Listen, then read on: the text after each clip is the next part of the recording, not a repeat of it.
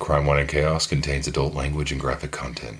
Listener discretion is advised. Welcome to the jungle, Chaos Kids. I'm Amber. And I'm Naomi. And this is Crime, Wine, and Chaos.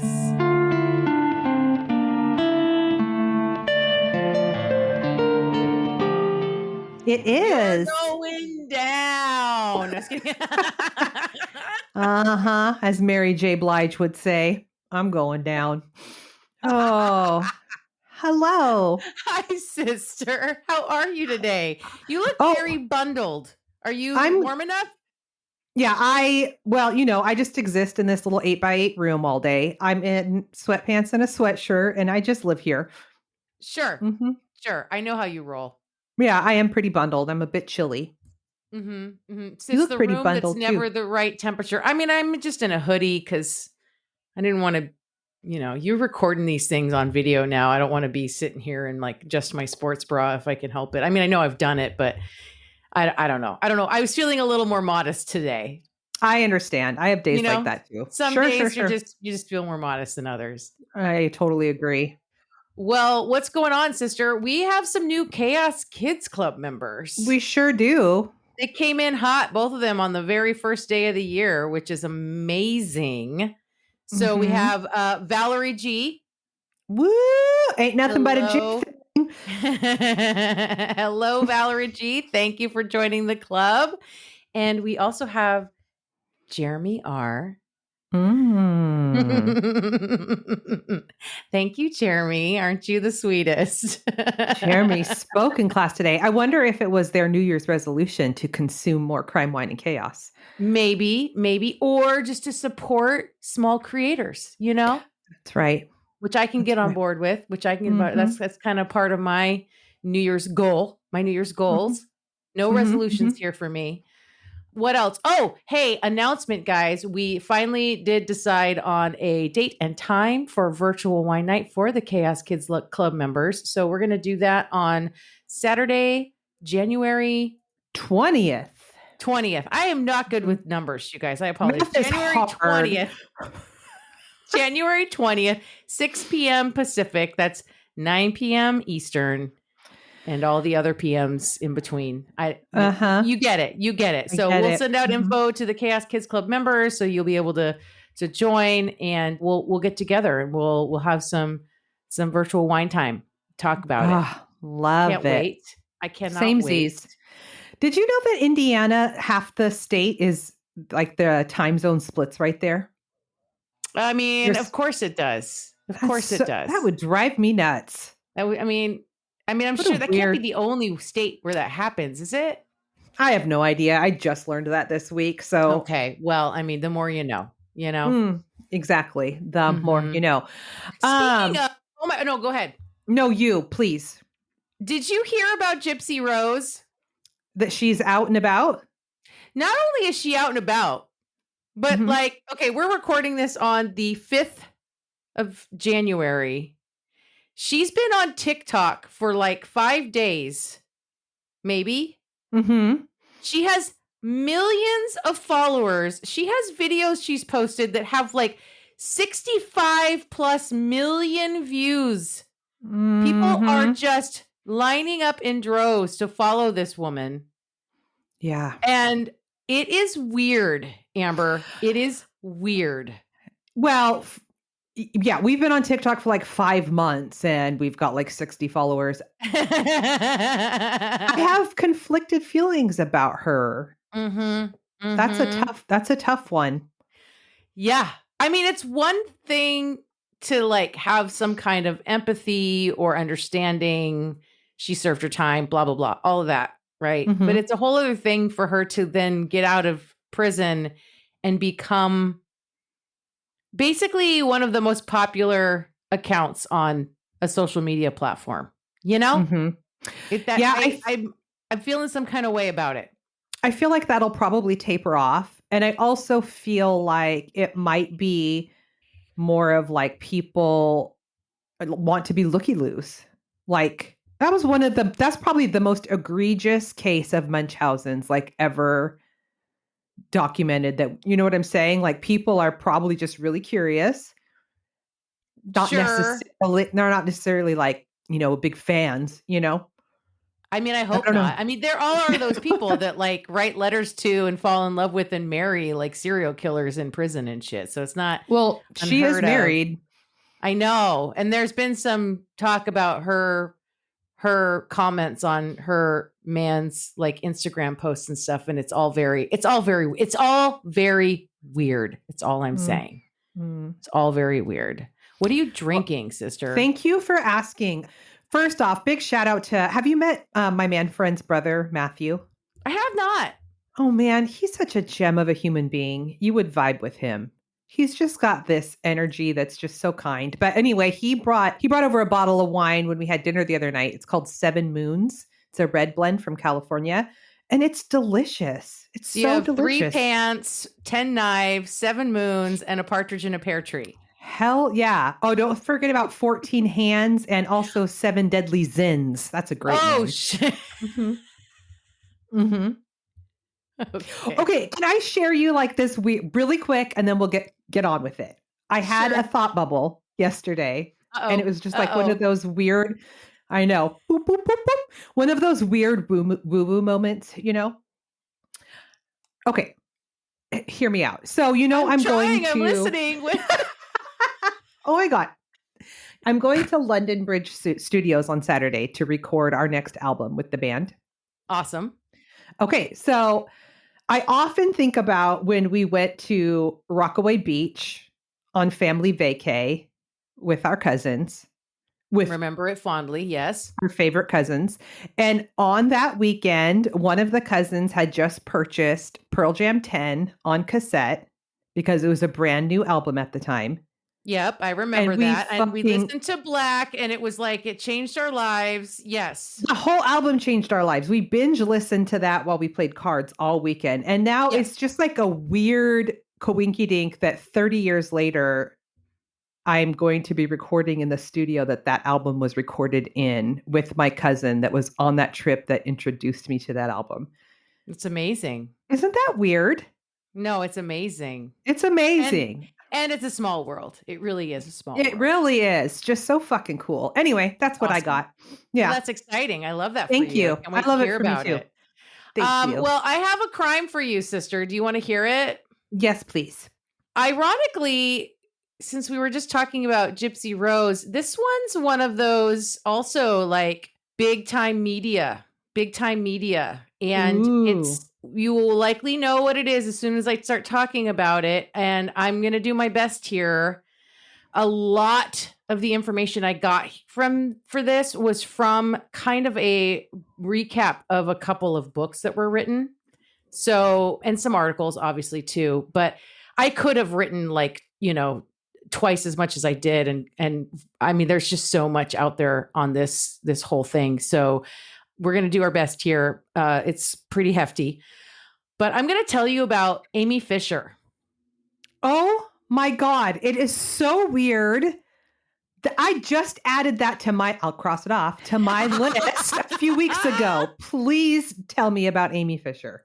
Are you ready? Okay. All right. Mm-hmm. Which, like I said, it's kind of interesting that we were having that conversation at the beginning, like this week, like the whole Gypsy Rose thing was going on because I don't want to say there's like similarities, but in the realm of like the media frenzy, if you will. Okay. So Amy Elizabeth Fisher was born August 21st, 1974 to parents Elliot and Roseanne Fisher. She was raised on Long Island in New York State and was very close with her mom and her grandmother and her auntie. I think her mom's mom and her mom's sister, but she was terrified of her dad, Elliot, and growing up, she would avoid him.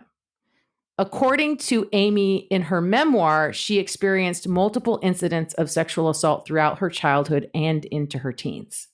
Oh. Again, like a lot of this information came from a couple of books that were summarized, one of them being like Amy's like autobiography that was dictated by Amy and like written by like a ghostwriter, not a ghostwriter, but somebody else who did the writing for her. Right. So it's like some of this might be like a little bit of a grain of salt, but at the same time, we have so much to talk about because I have so many thoughts about this whole story. Okay. So it was late May of 1991, when Amy is now 16 years old, and she had a little accident with her car trying to back it out of the garage at her house, her parents' house where she lived. She hit the garage like wall and broke the side mirror off of the car. Since she was afraid of her dad's reaction, so she decided she was going to take it into an auto body shop on her own, thinking it wouldn't be a big deal to have it fixed without him even knowing. She took her car to Complete Auto Body and Fender Incorporated in Baldwin, where she found out that fixing the mirror was going to cost way more than she could cover on her own. The owner of the shop was Joey Buttafuoco. Buttafuoco. She talked to Joey and explained to him that she didn't want her dad to find out what she had done to the car, and Joey suggested that she just lie to her dad and say that someone sideswiped her. So that's what she did. And the next day, she and her dad went back to the shop to drop off the car and get it fixed. Amy was apparently impressed with how Joey interacted with her dad, and she found Joey charming. Over the next couple of months, Amy would return many times to the shop for repair work on her mirror. Okay. I mean, did he do a shoddy job the first time? Because you shouldn't have to continue to repair it. Right. Exactly.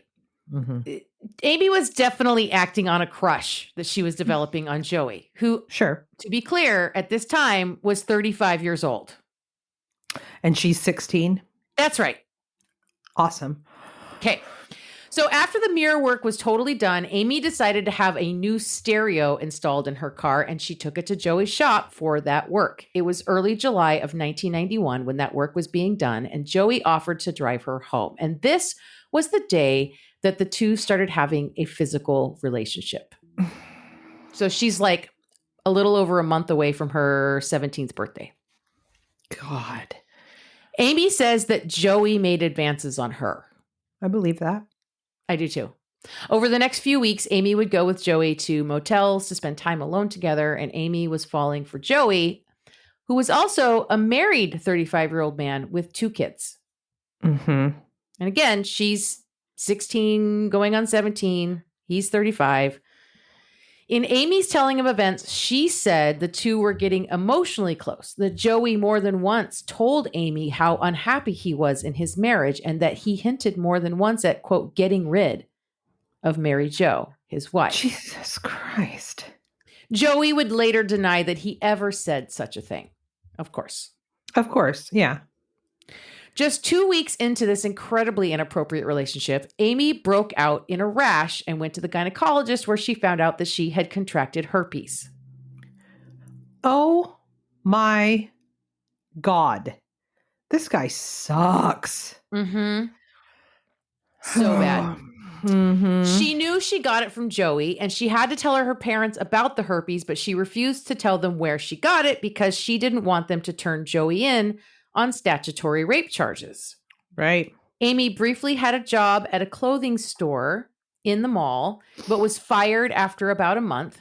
Having recently bought a new car and struggling to make the payments, she was desperate for work when Joey suggested that she become an escort with a service called ABBA Escorts. Okay. I did not know that part. And he's what, her pimp or something? Nope, he's still just her boyfriend. Oh. Okay. She's working for a service, Amber. It's fine. It's fine. By the end of September 1991, Amy was making good money as an escort, although she didn't really like it. But it was paying for her car payments, so she kept doing it. During this time, things were getting rough for Amy in her friendships, her relationships with her family, and her schoolwork. She was all caught up in Joey and neglecting everything and everyone else. And her obsession with Joey was so deep that now she was starting to really think of Mary Jo as an obstacle to getting what she wanted.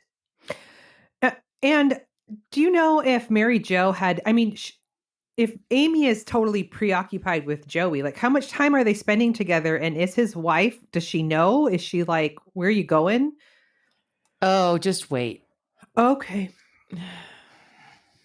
No. So in November, Amy gave Joey the classic ultimatum, either her or his wife. Mm-hmm. And Joey chose his wife. And Amy was shocked by this. Oh, Amy. I mean, she's 17. Mm-hmm. And she broke it off with Joey. Amy struggled with the breakup. She was still in love with Joey, and she was still very jealous of Mary Jo, even going so far as to pose as a girl selling candy door to door to catch a glimpse of Mary Jo. Oh man, this is pre ability to cyberstalk. I mean, yeah, we're in like late in 1991. Gotta pretend to sell candy. That's a lot of work. Okay. Mm-hmm. In January of 92, Amy and Joey got back together. At the same time, Amy was also in a relationship with another man named Paul Makeley, co-owner of the gym Future Physique. Is he an old dude too?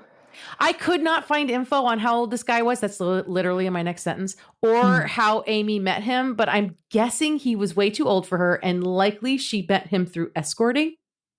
Okay. Maybe. Or he was a friend of Joey's. I'm not sure. So Joey was okay with Amy being an escort, but not with this other relationship that she had with Paul, apparently. Okay. In May of 92, Amy went to the Quintessential Look salon where her friend Jane worked. Amy and Jane had met back in August when they both worked at that clothing store in the mall together. While Jane gave Amy a new color and style, she complained about her boyfriend cheating on her and how she wanted to get a gun and blow off that girl's head if this girl didn't leave her boyfriend alone. Jane was likely not serious, but it got Amy's wheels turning. Amy asked Jane if Jane knew where to get a gun because Amy wanted to get rid of Mary Jo for good. Okay, even if Jane's not serious, like who talks like that? Right. I've never, like, this girl sucks. Ugh, I hate her. Not like, I would never, no. Talk about getting a gun and blowing someone's head off? No! Good God. You don't talk like that? No, not generally, no. Mm-mm. Okay, good to know. Mm-hmm. Jane told Amy that PDG might be able to help. And so Amy's plan was forming. Amy claims that later that night, she told Joey about her plan to kill his wife and that he instructed her on how to do it.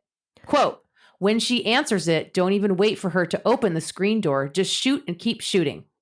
Oh my God. Of course, Joey later said that he never told Amy how to get rid of his wife, and she was lying about that. Of course. Of course. 2 days after the hair appointment and this alleged conversation where Joey told her how to kill his wife, Joey paged Amy on her beeper. Oh, God. It's 1992, you guys. It's 1992. Fucking love beepers, man. Bring it back. When they got on the phone, Amy said Joey wanted to know if she'd been able to get her hands on a gun. She also said that Joey wanted to know if Amy had gotten the money from Paul that he supposedly owed her. And Joey was demanding that she end her relationship with Paul. Amy said that she and Paul had fought the night before and broken up.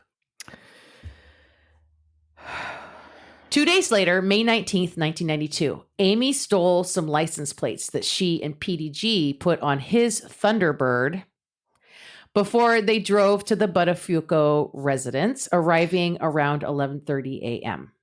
Who's PDG? He's just some dude that Jane hooked up Amy with to get a gun, apparently. Okay. I think his last name is like Guaganti or something like that, but Peter Guaganti, but everybody called him PDG. All right. So Amy stated that it was on the drive there that PD handed her a Titan 25 semi-automatic handgun from the glove compartment, which she wasn't expecting. She thought that PD would do the shooting, but he refused. Eventually, Amy got out of the car with the gun and went to the front door of the house. She confronted Mary Jo and had an almost 15-minute conversation with her. When Mary Jo answered the door, Amy asked her if she was the wife of Joey Buttafuoco. Mary Jo said that yes, she was. Amy said that they should talk about her husband. Ooh. Mary Jo stepped outside the house and asked Amy what she wanted. Amy told Mary Jo that her 16-year-old sister was having an affair with Joey. Mary Jo was ruffled and asked Amy who she was and where she lived. And Amy told Mary Jo that her name was Anne Marie and she lived in Dolphin Court. As the two talked on the front porch, Mary Jo noticed the Thunderbird parked in front of her house with PDG sitting in the driver's seat. She asked Amy who was in the car, and Amy said it was her boyfriend. And then Amy told Mary Jo that she had proof of the affair between Joey and her sister and held up a T-shirt with the logo for the body shop on it. It's not very good proof. No, Mary Jo didn't think so either, because Joey had given away a bunch of T-shirts with the auto body shop's logo on it. Mm-hmm. At this point, Mary Jo was just annoyed and pissed and decided she was done entertaining this girl on her porch. So she demanded Amy get off her property, and Mary Jo turned to go into the house to call Joey. And that is when Amy pulled the handgun out of her pocket and struck Mary Jo in the head with it, possibly twice, before pointing the gun at Mary Jo's head and firing. Oh, God. Amy dropped the T-shirt and the gun and ran. PDG ordered Amy to go back and grab the shirt and the gun, which she did quickly, and then the two took off down the street. A bunch of neighbors had heard the gunshot, so they came running to investigate, and they found Mary Jo lying on the front porch, bleeding profusely from her head. One of the neighbors called for an ambulance. Mary Jo was still alive, but her pulse was weakening. Oh, God. The ambulance arrived within minutes and rushed Mary Jo to the Nassau Community Medical Center, where doctors prepared to perform surgery on her and attempt to save her life. Her chances of survival were not good. Wow. I didn't know that. Meanwhile, the police were trying to locate Joey and working to secure the crime scene and begin to deduce what the fuck had just happened. Mm-hmm. It's like the middle of the day, right? Yeah, I mean, they got to her house at like 11:30 in the morning. Jesus. This all happened before noon. God. So there was obviously no sign of robbery, and it wasn't mafia related since Mary Jo was a housewife, not a mobster. Mary Jo was in surgery for hours, and doctors were able to stabilize her, but they were not able to remove the bullet from her head. Her chances of survival had increased, but it was still uncertain if she would make it. Oh, wow.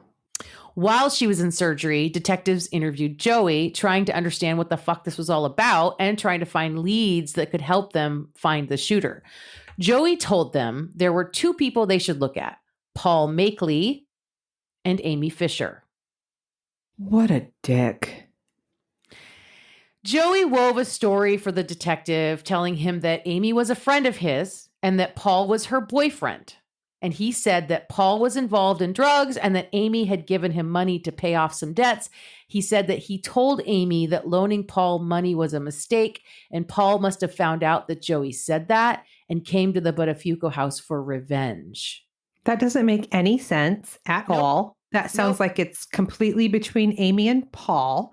Yep. And what the hell did his wife have to do with this? Doesn't make any sense. No, the cops thought it didn't make sense either. Okay. But they had nothing else to go on until the next day when Mary Jo regained consciousness. Mm. The detective went to Mary Jo bedside immediately and asked her what she could remember. And this is when she tells police that the shooter was a teenage girl with brown hair named Anne Marie who lived in Dolphin Court.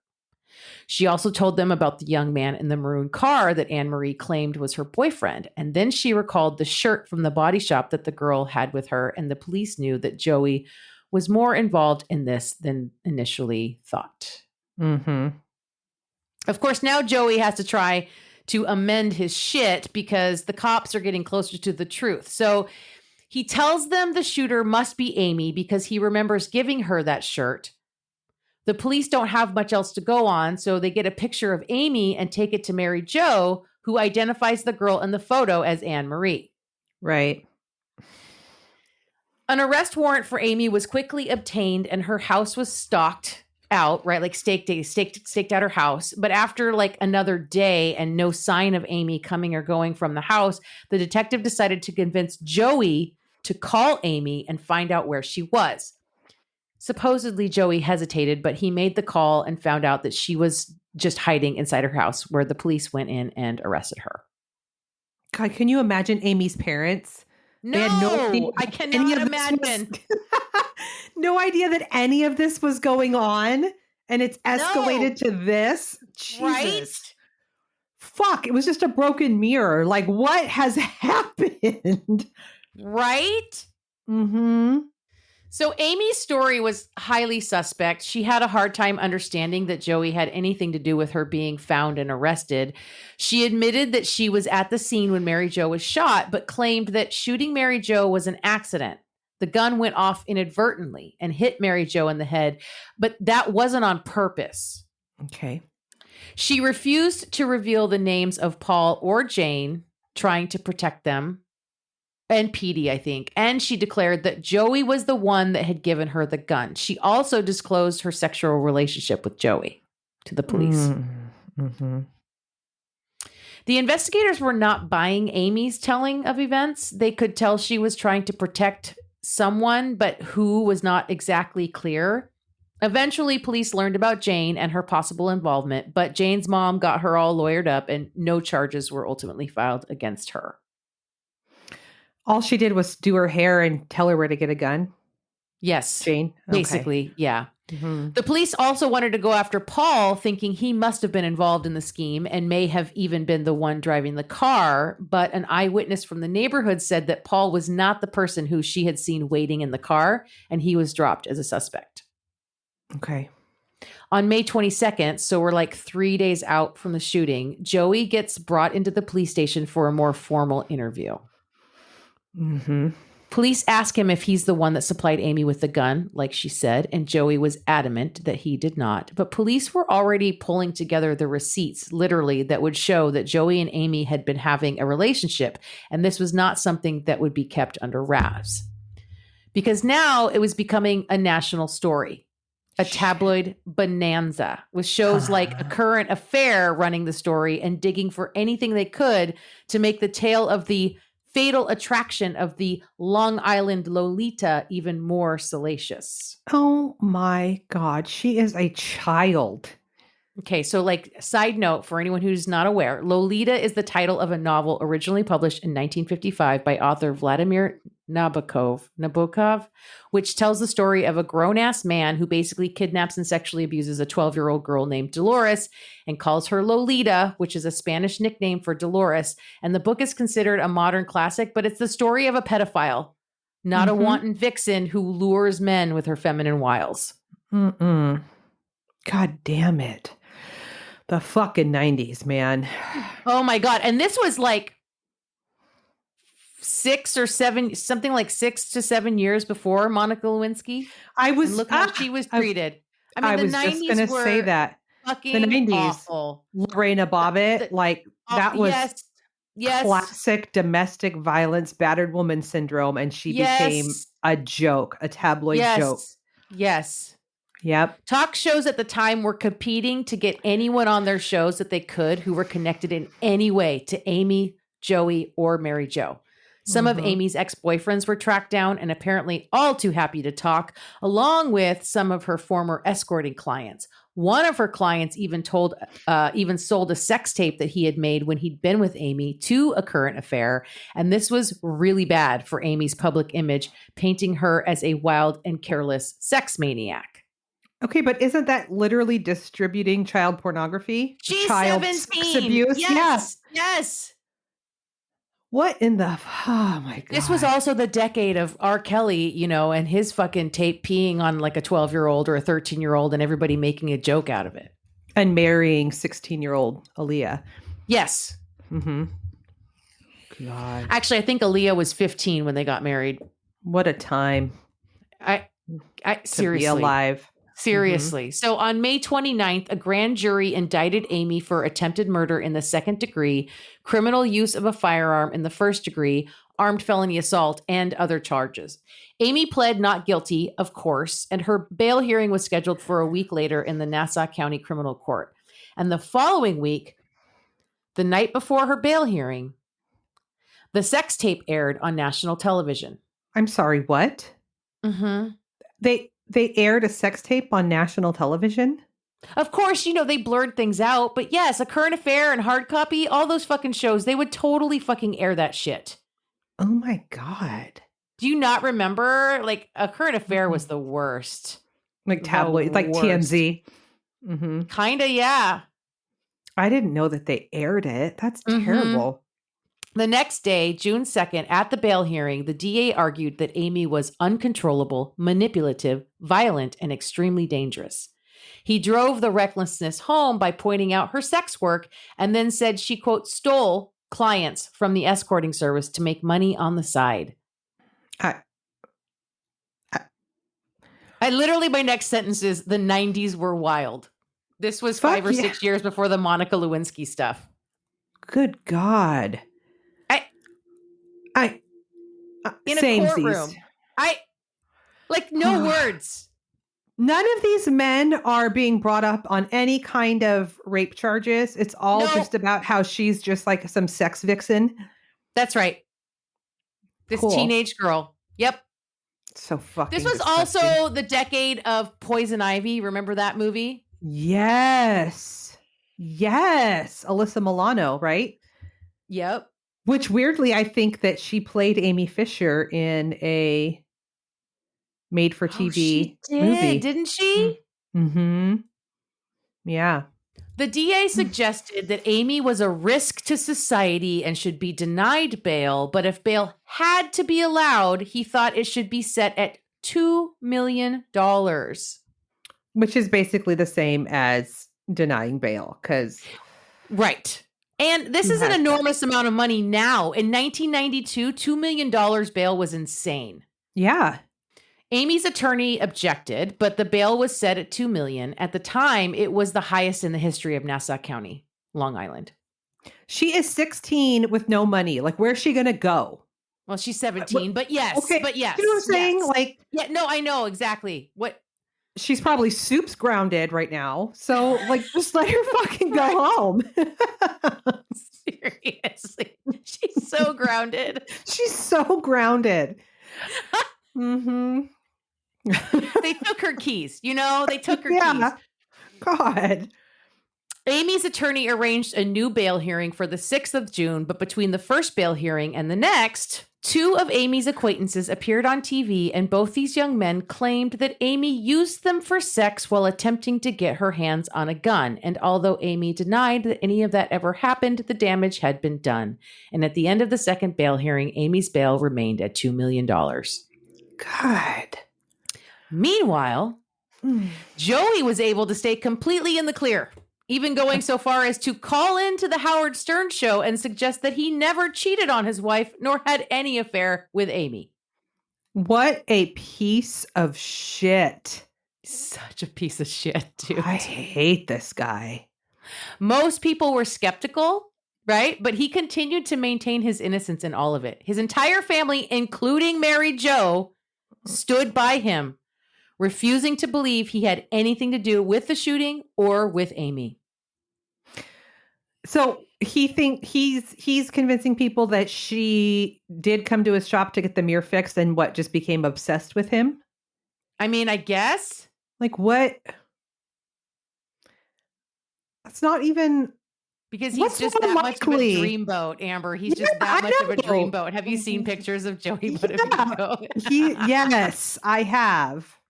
Especially as an old man now, but even then, he was not a catch. No. I never understood it. Samesies. And then Amy made bail with the help of KLM Productions, who raised the money for Amy's bail in exchange for the rights to her story. Uh-oh. This poor girl just keeps getting fucking swindled, and she's not old enough to understand.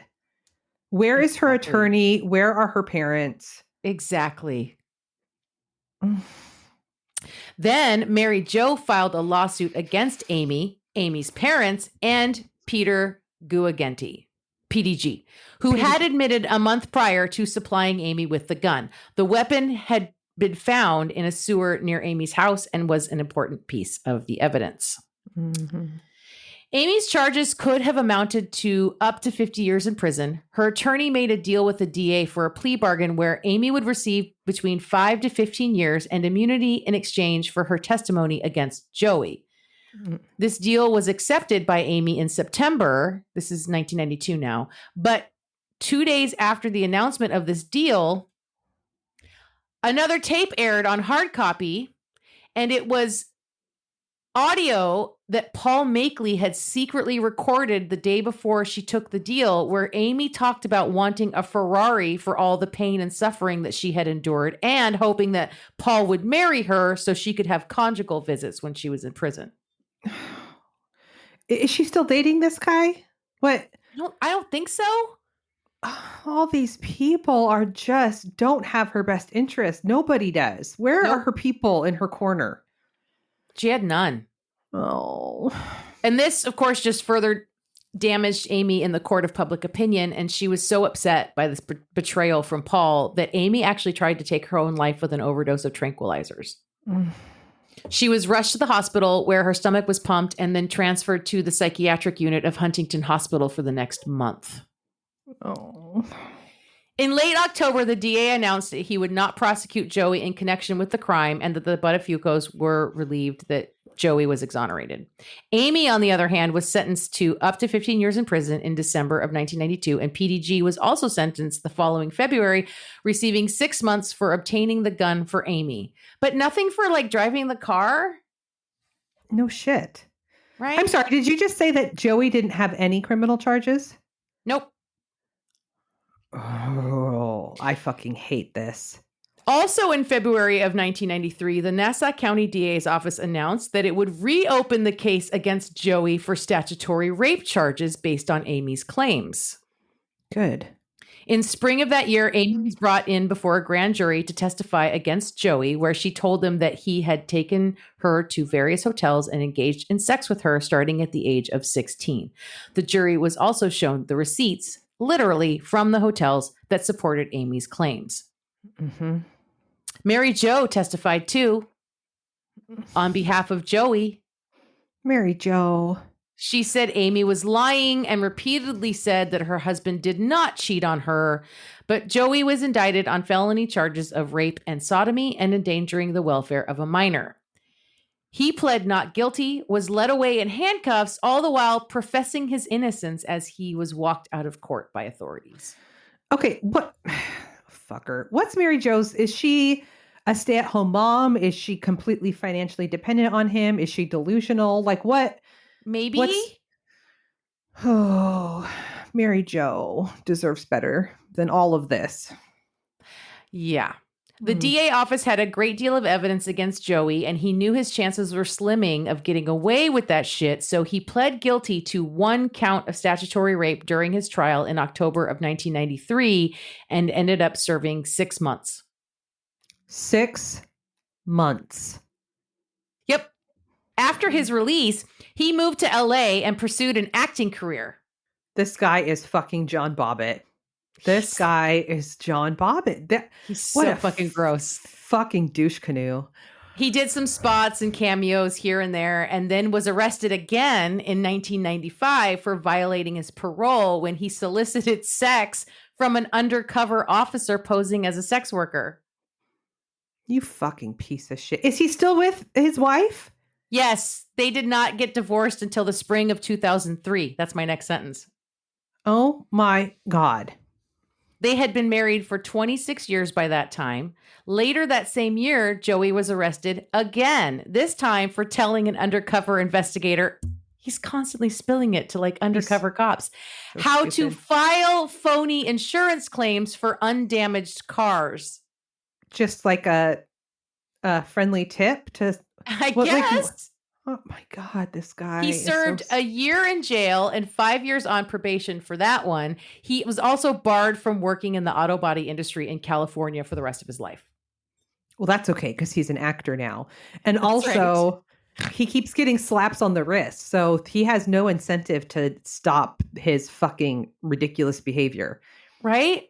Mm-hmm. In August of 2005, he was charged with the illegal possession of ammunition as he is a convicted felon and not allowed to have ammunition or firearms and served another 3 months for that. Mary Jo went on to write a book about her story called Getting It Through My Thick Skull: Why I Stayed, What I Learned, and What Millions of People Involved with Sociopaths Need to Know. Oh, good for you. Good for you. Good God. She said she was inspired to write the book after her son referred to Joey as a sociopath. She didn't know what the word even meant, and after looking it up, she had a realization which led to her going public with her story. I want to read that book. I kind of do too. Amy served 7 years on her 5 to 15-year sentence. She was paroled in May of 1999 after a Nassau County judge shortened her maximum sentence to 10 years, making her immediately eligible for parole. The judge found Amy had not been appropriately represented by her lawyer at the time of her 1992 guilty plea. No, clearly fucking not. Clearly not. Amy became a columnist for the Long Island Press and then published her biography, If I Knew Then, written by Robbie Wolliver and published in 2004. It became a New York Times bestseller. In 2005, she married Louis Bellera, 25 years her senior. And they had 3 children together. The 2 divorced in 2015. In 2006, Amy and Mary Jo were on Entertainment Tonight and The Insider together. Oh.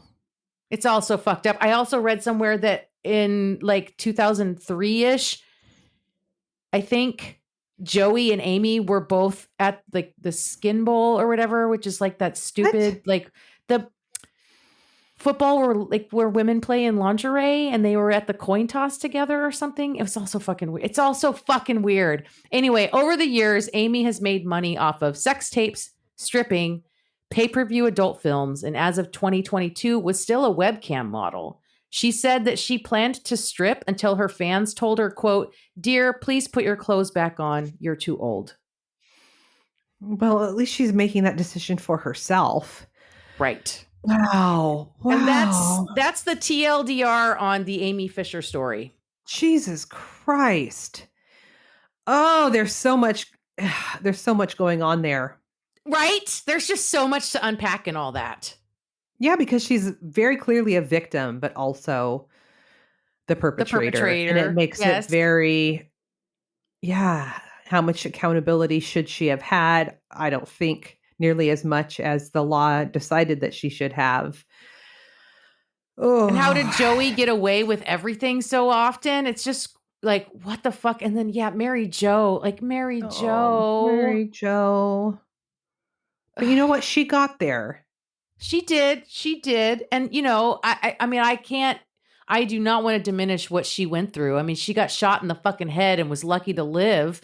And I remember, I don't know if you remember, but I remember her at a press conference. I remember video footage of her like standing at a press conference and like talking to the press with her like kind of, weird drawl and disfigured face because like she got fucked up. And I'm sure like permanently, right? Like that's a permanent thing. I don't think that was just like her in recovery. I think that like some shit was done that was never going to be fixable to her face, to her brain. And she stayed. But like she was also like recovering from a traumatic head injury. Right. And I suspect she probably was a housewife. And we're talking about Long Island. But if you go, I'm thinking he's Italian. I mean, they did mention like, was this this couldn't have been a mafia hit. Like, obviously there's like a lot of mafia in the area and that kind of thing, right? Like there's this, that, some of that stuff's cliche, but some of that stuff is real, like that. Yeah. I don't know if they were Catholic, like maybe she felt like she couldn't get divorced, but like she convinced herself that her husband wasn't cheating on her. Like maybe she had to be in denial. Maybe. Yeah. I mean, oof. Oh my God. And at the center of all of this, it is fucking Joey. Yes. Just living his life like what a piece of shit. Such a piece of shit. God. Good God. Mm-hmm. Ew. Mm-hmm. It also too, like thinking of Mary Jo, it reminds me, I won't get into full deets because I might actually cover this case, but a friend of a friend it's a long story short, but her husband was having an affair and she didn't know it. And the lady he was sleeping with also had a husband, and he followed his wife one night while she met up with her, whatever, mister, and shot him and killed him. And so then this wife found out in one message that her husband was dead and he was having an affair. And this like conflicting feelings of like grief, but also fuck you. And like, how does your brain and your emotions even catch up to process all of that in one message? Right. Right. Mm-hmm.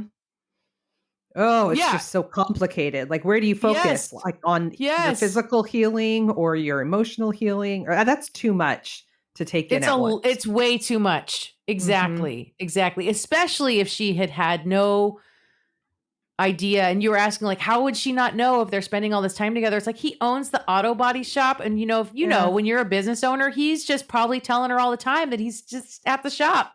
Yeah. Yeah. That's true. Oh, wow, sister. God. Okay, we'll cross that one 90s. Off your list, because I beat you to it. You know what? You did a better job than I would have. No, that's not true. That's not true. It all happened the way that it should have. Well, do you have a palate cleansing chaos? I do. Or like a double Debbie Downer chaos? No, it's a bit of a palate cleanser. It's a little bit obscure. Okay. I love obscure. All right. I'm going to tell you the story of Anastasia Romanov. The princess? Yeah. Okay. I mean, I kind of know this story, but I'm interested to hear I'm interested to hear how you tell it. Okay, great. I didn't know this story. I just thought it was a Disney movie. So the more you know. So it's no kind of Disney movie in real life. No, it's not. So we are going to Yekaterinburg, Russia, July 16th, 1918. Please don't ask follow-up history questions because I will not know the answer. Okay. In the aftermath of the Bolshevik Revolution, the exiled emperor, Tsar Nicholas Romanov II, his wife Alexandra, and their 5 children are woken up in the middle of the night by who would be their captors. These revolutionaries all saw Nicholas and the monarchy as the enemy because he stood for a cancer that made it impossible for the working class to rise. Not much has changed since 1918. No, no. We're globally under a fascist rule in every country. Yeah. So the family was herded into the basement along with 4 of their servants. And while waiting in the basement for what was to come next, a group of Soviet police came down with their weapons. They had guns and bayonets and shot each of the family members and their servants. Yep. Afterwards, the bodies were burned and buried in a mass grave. But after the killings, rumors started to circulate that the youngest daughter, Anastasia, had survived. It was thought that the Soviet police were intoxicated, and with such a large group of people in a small space, when the shots were fired, it was like chaos, and the basement had filled with gun smoke, and that possibly Anastasia was able to escape. That's one theory. It was also known that the Romanov family had plans to flee and go into hiding, knowing that they were in danger because people were not a fucking fan of this guy. And so knowing that, they had sewn all of their jewels into their clothing for easy transport. And so other people believed that maybe the jewels sewn into the clothing may have worked as a shield to the bullets. Interesting. And another theory is that she was shot, but one of the guards could see that she was still alive and felt bad. So he snuck her out and put her on a carriage and instructed the driver to take her to Romania. I've heard that theory. So fast forward, we're in Berlin, Germany, February 17th, 1920. Okay. And the lifeless body of a young woman is pulled from a canal after a suicide attempt. She has survived, but has traumatic amnesia, and she is admitted into a mental health facility. The doctors are unable to identify her, and so she is referred to as Miss Unknown. Okay. So for months, she is experiencing the highs and lows of confusion and post-traumatic stress responses, and the entire time there, she's known as Miss Unknown. After about a year, another patient in the hospital points out how much she looks like one of the Romanov daughters. and people start to believe that she is Anastasia. Right. Mm-hmm. In 1922, the woman who had also gone by the name of Anna Anderson, this is Miss Unknown, she's released from the hospital. And after her release, she started referring to herself as Anastasia. Oh, I mean, just roll with it, girl. Just roll with it. I love it. So this eventually made national news, and there were kind of two camps of people, some who believed that she was an imposter and some who believed that she was the surviving member of the royal family. Right. Some of the extended Romanov family believed that she was Anastasia and even took her in. Clever. So Clever this girl. This mystery woman that was found in a canal was like now royalty. Mm-hmm. She did have a Russian accent and scars across her body consistent with bayonet wounds. She also had what was called cornflower blue eyes, which matched Anastasia's. Interesting. So this was pretty compelling evidence suggesting that it was her. So by 1927, she's living in a castle in Bavaria as a guest of Duke George of Luxembourg, a distant relative of Anastasia's father. Oh my God. Because the side note, you guys, all royalty is related. They're all connected. That's why all of these conflicts, all the rich people, all the elite, they're all one big fucking group. They're actually all looking out for each other.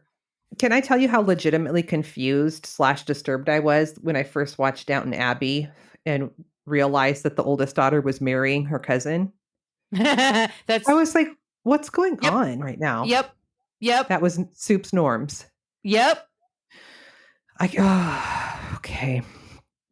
So anyway, so she's living in the castle, but other people in the castle started to think that there is no way she's the long lost princess. And this is because detectives had been looking into who this Anna Anderson was and where she came from. And they believed that she is actually Anna Anderson, who was a Polish peasant girl whose name was actually Franziska. And Franziska moved from Poland to Berlin during the First World War and suffered a severe head injury while working in a factory. She had a brain injury and cycled through different mental health facilities and then jumped into the canal in 1920. Okay. I sort of really hope that it is Anna Anderson, that she was a Polish factory worker who was able to convince people that she was a princess and now she's living in a castle. Like, right? It's kind of like what is it Anna Darby is her name? That gal that like was just scamming all the rich people in New York into thinking that she's a socialite. Yeah. Yes. Oh I my like God. get it. Fucking get it. You know what? Scam all those rich motherfuckers. Live high on the hog as long as you can on other people's money. Get it. Yeah, might as well. Right? So by 1938, the debate is still going on as to whether this is Anastasia or Franziska. And Miss Unknown petitioned the German court to restore her birthright and make her legal name Anastasia Romanov. This became the longest running court case in German history. Oh my God. They had handwriting samples submitted and close-up photos of Anastasia and Miss Unknown. Apparently, the Miss Unknown's ears had like a weird shape happening, like at the entrance of her ear that Anastasia didn't have, or the other way around. Did we talk about this before where there's actually somebody I've heard in different circles that like your ear is actually more unique than like your fingerprint? Really? Uh-huh. Why is that? That wasn't me that you were talking to about. Okay. Yeah. Okay. I mean, I'm going to look into it more. Maybe we can talk about it over virtual wine, but I have heard this from multiple sources and I've never actually dove in to like find out if it's true or not, but supposedly your ear is more unique than your fingerprint. Interesting. And you can identify people by their basically like their ear impressions. That's fascinating. Well, in the 1930s in Germany, they seem to have known that. Or they were hip to something. Yeah. They were hip to something. So this drug on until early 1970s when the court case was finally closed and was deemed inconclusive. Wah, wah, wah. 1938 to 1970 of like looking at ears and shit. It's like a And- 32-year case. That is 32 years round and round in circles in a court, like paperwork after paperwork, back Can and you forth. imagine? No. Oh my God. Did she even live that long? Jesus. I don't know, but if I was the clerk in that courtroom, I do not want to mark another ear picture as evidence. No. They went I'm through dead. multiple clerks through the course of that. Oh, I know. those Retired, proceedings. died. Yeah. Fuck. So Left to have kids. yeah. Oh Got my married God. and left. Yeah. Yeah. Fuck. By 1991, 7 years after Miss Unknown's death, the remains of the Romanov family were found buried in a mass grave not too far from where they were executed.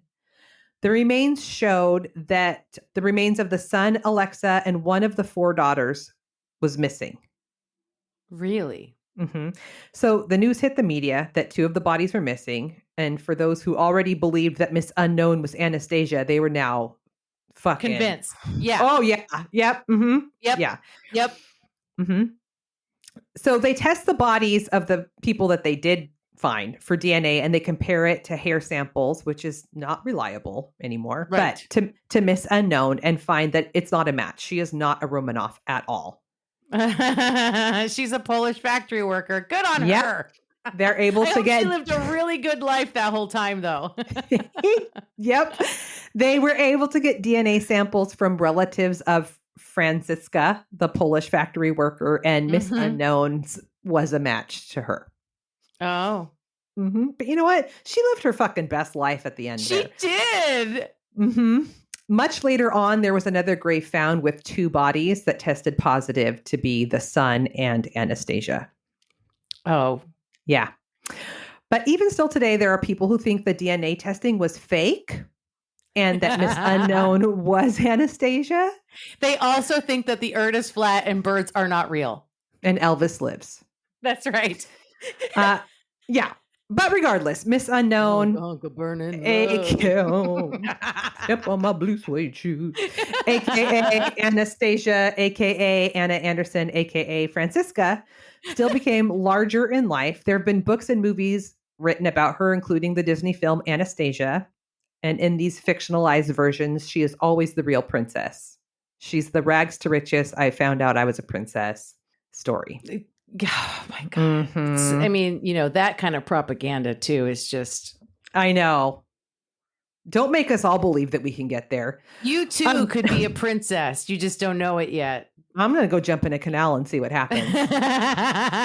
It's still unclear. Like, experts have also sort of dissected Miss Unknown's psychological records, and it's unknown if she was so unwell that she actually believed that she was Anastasia, or if the entire thing was intentionally posing as her to live a good life. But even until the day she died in 1984 at the age of 82, she never wavered that she was Anastasia. Good for her. Manifest that dream. You know what? Speak it into existence. You know what I'm saying? I hope that she was mentally very well and knew exactly what she was doing. Right? Good for you. Such a cool story. Sounds like she lived a long, happy life, and I'm down for that. I'm down for that. Get it, factory girl. Partying with the Duke of Luxembourg in the castle? Yes. Sure. God. Love Seriously. it. Love that for her. That's amazing. I'm pretty sure that the Romanov family, her dad, that emperor, that czar, I'm pretty sure that was the family that Rasputin served. Yes. And Rasputin is his own, he's his own wild story. With his own, like, folklore around him.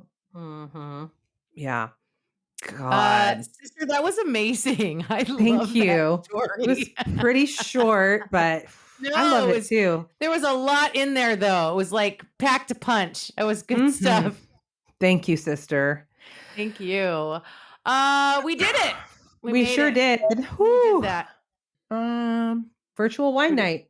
Virtual January wine 20th. night. Saturday, 6 p.m. Pacific. Get your wine or your non-alcoholic beverage of choice or whatever you want. But you got to be a member of the Chaos Kids Club. So you got to go over to patreon.com/crime, wine, and chaos and sign up to be a part of the club. That's right. And then you'll also get a bonus episode every month that only goes to the Chaos Kids Club members. That's right. You'll get your private link. Do not forget to drink your Ovaltine. You'll get your decoder in the mail. And of course, we're on all the things. We're on both the Meta platforms. We're on the X. We're on the TikTok. We're all the places. You can find me on those places at Misnomers. And go follow us. And follow us. Hey, if you're on an Apple device, go into that Apple podcast, find us and write us a review and give us a star rating. We love that. Or, review us wherever you listen to us. I think it all counts. And if you have anything you want us to know and you need more characters, you can just send us an email. Send us pages of emails. It's you can. Crime, Wine, and Chaos at gmail.com. The love letters go to Amber. The hate mail comes to me. But, we read all of it. We read all of it. We absolutely respond. Sister, thank you so much. That was absolutely chaotic. Goodbye. Bye.